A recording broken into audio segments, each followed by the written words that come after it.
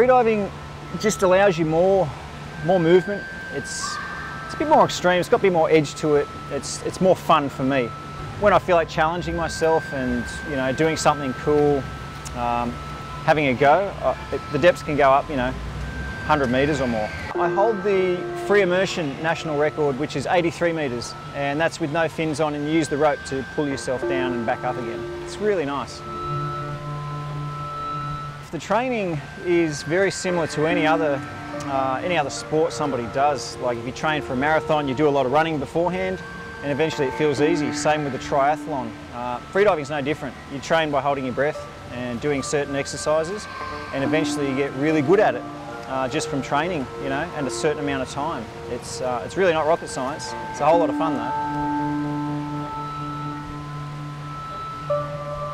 So there's really 4 big factors in freediving, and we train those all the time. And obviously oxygen conservation, that's a big one. So we can do that in a swimming pool like this, and just using the minimum amount of effort to maximum propulsion, and that's what we're sort of after, conserving O2.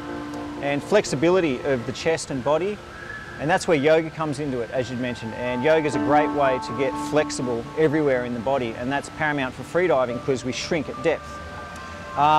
The other big thing is equalisation, and we do train that when we freedive. Every time we go freediving, we're training our equalisation of our E-tubes, and that's for going to depth. If you've ever done any diving, you'll notice when you do go down, you have to equalise those air spaces.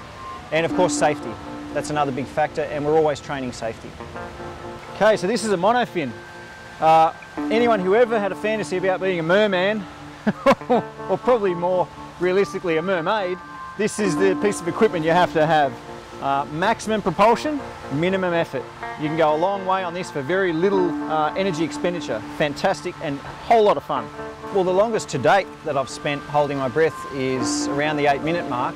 I had the Australian record at 7.5 minutes, but that was about a year ago. So I was thinking of training up to that again and trying to see how far I can go with it. It's actually really safe. Statistically, it's very safe, and when you just follow some simple rules, not too different to scuba, it's actually a very safe sport. And the number 1 rule is never freedive alone, of course. You always have a buddy. And if you have a buddy, very little can go wrong. It's actually quite safe. The extreme side of freediving, to those huge depths, that can have more risks involved for sure. But there's only a few, like a small handful, maybe 5 people going past 150 metres or 100 metres even. It's very rare that people do that. It does have more inherent risk. Okay, when you're going deep, it's a progressive approach. So you don't just go to 100 metres, you start at 10, then 15 and 20 and 22, 26, 27. Eventually you'll reach 100 feet, 30 metres, and 32, 34, 37. It's gradual. So we don't actually just go from 0 to hero. It's a very gradual approach, and that's just part of the normal human body. We can't just suddenly hold our breath for 7 minutes. We start baby steps. It's exactly like crawling before we walk, before we run. You know, your brain knows and your body knows, and you sort of get to a point where you think, I feel like turning around, and that's sort of a natural instinct to survive.